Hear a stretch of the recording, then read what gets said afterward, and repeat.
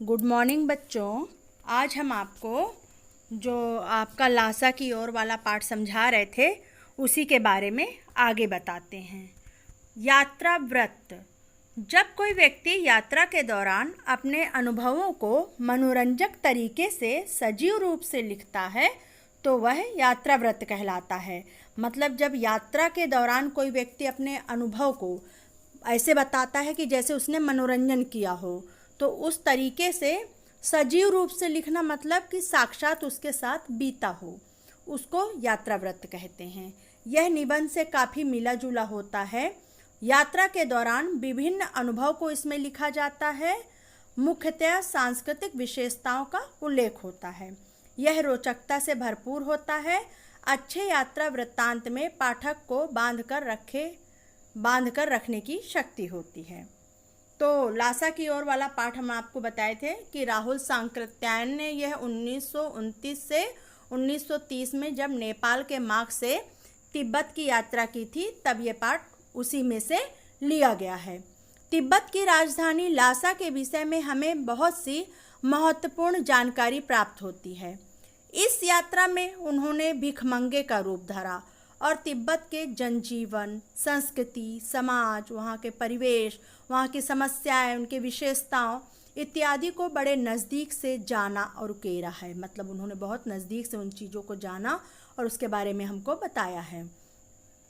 लेखक ने इस पाठ में इतना सजीव और सटीक वर्णन किया है कि हम स्वयं को इससे सरलतापूर्वक जोड़ पाते हैं।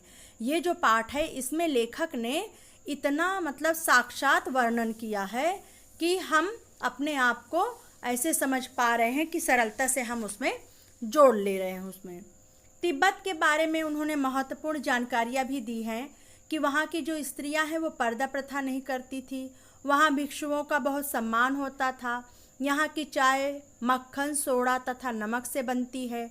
वहाँ के लोगों में छुआछूत तथा जाति पाति का भेदभाव देखने को नहीं मिलता है। यहाँ के लोग सरल हृदय तथा विश्वासी होते हैं। धर्म के प्रति उनकी गहरी आस्था होती है। डांडे जो है वो तिब्बत में खतरनाक जगह कहलाती है। ये अत्यधिक ऊंचाई वाले स्थान होते हैं। इनकी ऊंचाई 16-17 फीट तक हो सकती है। अतः यहाँ मीलों तक लोगों के निवास स्थान नहीं होते हैं। इसी कारण यहाँ पर डाकुओं का बोलबाला है। इस पाठ का उद्देश्य तिब्बत के जनजीवन, संस्कृति, समाज, परिवेश, समस्याओं, विशेषताओं इत्यादि से परिचय कराना है। हमको इस पाठ से बहुत सी शिक्षाएं, संदेश और प्रेरणा भी मिल रही है। इस पाठ से शिक्षा मिलती है कि हमें दूसरे स्थानों में मात्र मनोरंजन के उद्देश्य से नहीं घूमना चाहिए। वहाँ के जनजीवन, वहाँ की संस्कृति, समाज, परिवेश, समस्याओं तथा विशेषताओं को भी समझना चाहिए। तिब्बत में जब लेखक नेपाल से तिब्बत जा रहा था तो ये नेपाल से तिब्बत जाने का मुख्य रास्ता है। फरी कलंग पोंग का रास्ता जब नहीं खुला था तो नेपाल ही नहीं, हिंदुस्तान की भी चीज़ें इसी रास्ते तिब्बत जाया करती थी। यह व्यापारिक ही नहीं, सैनिक रास्ता है। इसलिए जगह जगह फौजी चौकियाँ और किले बने हुए हैं। कभी वहाँ चीनी पलटन रहा करती थी। तो ये जो है वो व्यापारिक और सैनिक मार्ग था, इसलिए कभी वहाँ चीनी पलटन रहा करती थी। लेखक और उसके मित्र जो है चाय पीने के लिए नेपाल तिब्बत परितक चीनी किले के पास ठहरे हुए थे। लेखक बता रहे हैं कि ये जो स्थान है यहाँ पर जाति पाति छुआछूत का सवाल नहीं उठता था और वहाँ औरतें पर्दा नहीं डालती थी। चोरी की आशंका के कारण भिखमंगों को बस नहीं घुसने दिया जाता था। उनको ऐसा लगता था कि भिखमंगे जो हैं वो चोरी कर लेंगे। नहीं तो आप अगर अपरिचित भी हैं तो आप वहाँ की जो औरतें हैं उनको अपनी झोली से चाय दे सकते हैं और घर की बहू और सास आपके लिए पका देंगी। परितक के चीनी किले से जब वो चलने लगे थे तो एक आदमी राहदारी मांगने आया था, तो उन्होंने 2 चिट उनको दे दी थी। अब लेखक बता रहे हैं कि उनको उसी दिन थोंगला के पहले के आखिरी गांव में वो पहुंच गए थे और जब वो थोंगला के आखिरी गांव में पहुंचे तो वहाँ भी सुमति, उनका जो मित्र था, उसके जान पहचान के लोग मिल गए थे।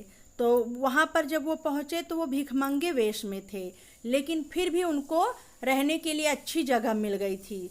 लेकिन 5 साल बाद जब इसी रास्ते पे लौटे थे तो वो भिखमंगे के वेश में नहीं थे, सभ्य वेश में थे, लेकिन फिर भी उनको अपने एक सबसे गरीब झोपड़े में उनको रहना पड़ा था। क्यों?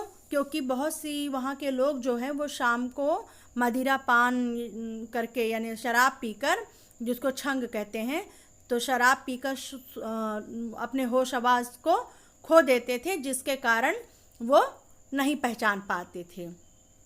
और लेखक वहाँ के बारे में बता रहा है कि जो डांडे जो है वो तिब्बत में सबसे खतरे की जगह होती है। यह 16-17 हजार फीट की ऊंचाई होने के कारण दोनों तरफ मीलों तक कोई गांव नहीं होते। नदियों के मोड़ और पहाड़ों के कोनों के कारण बहुत दूर तक आदमी को नहीं देखा जाता, जिसके कारण यहाँ पर डाकुओं का बहुत ज़्यादा भय रहता है।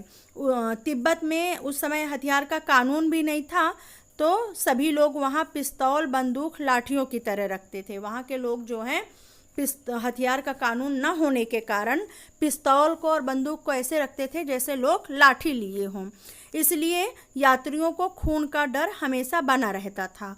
वहाँ अनेक निर्जन स्थान हैं जहाँ डाकुओं का साम्राज्य ज़्यादा है, और जिसके कारण उन्हें डाकुओं को किसी से डर नहीं रहता था। भाई जब कानून ही नहीं है हथियार का तो कोई भी किसी भी प्रकार से रख सकता है, तो वो लोग, और वहाँ ऐसे स्थानों पे पुलिस व्यवस्था नहीं थी, जिसके कारण यात्रियों की पहले वो हत्या कर देते थे, उसके बाद उसका सामान लूटते थे।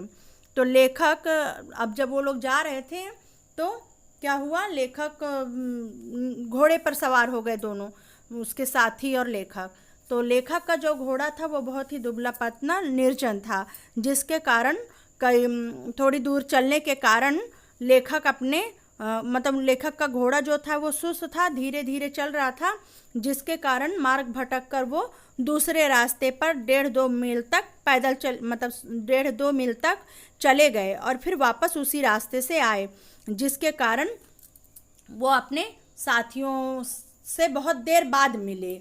तो लेखक का जो मित्र है सुमति, वो इंतज़ार कर रहे थे उनको। 4-5 बजे के करीब जब वो गांव से मील भर था तो सुमति उनको इंतज़ार करते हुए मिले, और वो बहुत गुस्से में थे। लेकिन उनका गुस्सा थोड़ी देर बाद शांत भी हो गया, क्योंकि जब लेखक ने बताया कि इसमें मेरा कोई दोष नहीं है, मेरा घोड़ा कमज़ोर था जिसकी वजह से मैं भटक गया।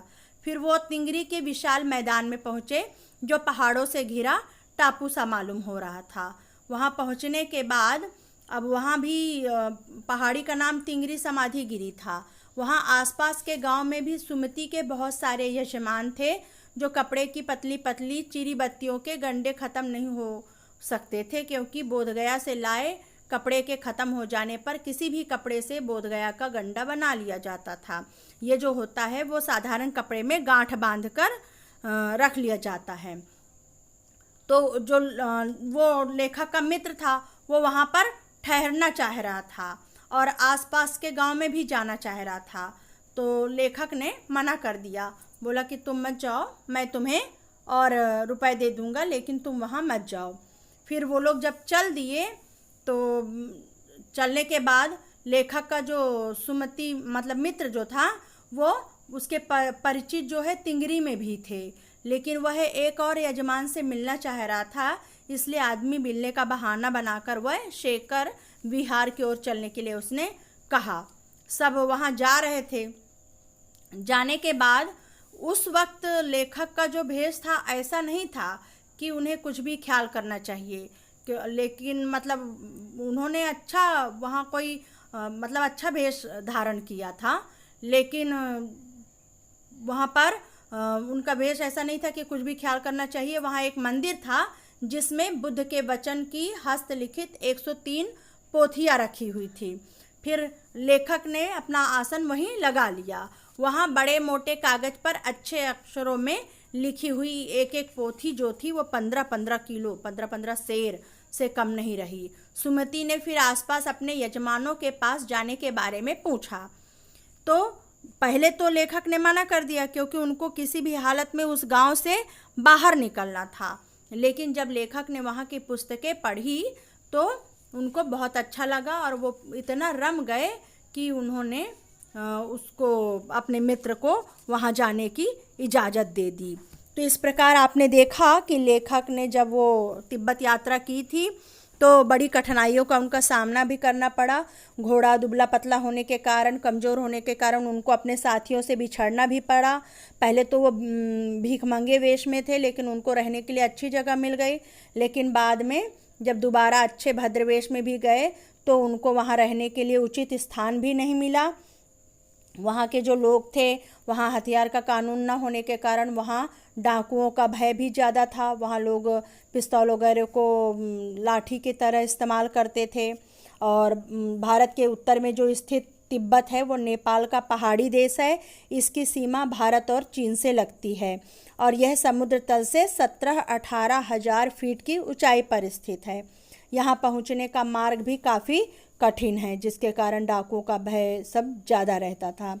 और यहाँ की जो वेशभूषा है, तो वेशभूषा को लेकर लेखक ने ये कहा कि हमारा जो मतलब हमारा जो आचार विचार, मतलब सोचने का जो नज़रिया है, तो आप किसी को उसके वेशभूषा से उस व्यक्ति का अनुमान नहीं लगा सकते कि अगर वो भिखमंगा है तो उसका व्यवहार अच्छा ना होगा, और अगर वो सभ्य व्यक्ति है, मतलब सभ्य, उसने कपड़े अच्छे पहन रखे हैं, तो वो बहुत ही सभ्य व्यक्ति होगा। क्योंकि लेखक जो थे तो भिखमंगे वेश में गए, लेकिन फिर भी उनको रहने के लिए स्थान मिल गया, और दोबारा वो अच्छे परिवेश में गए थे, लेकिन फिर भी रहने के लिए उनको स्थान नहीं मिला। तो यानी हमारा जो आचार व्यवहार के तरीके हैं वो वेशभूषा के आधार पर तय होते हैं। फिर लेखक ने बताया कि मतलब इस प्रकार उन्होंने वहाँ की यात्रा की और उनको बहुत अच्छा लगा। वहाँ के लोगों के बारे में भी लेखक ने बताया कि वहाँ पर जाति पाति, छुआछूत, इन सब का भेदभाव नहीं था। तो बच्चों, अब अगले इसमें हम आपको इसके प्रश्नोत्तर समझाएंगे। आप लोग इस पाठ को अच्छे से समझ लीजिएगा और पढ़ लीजिएगा।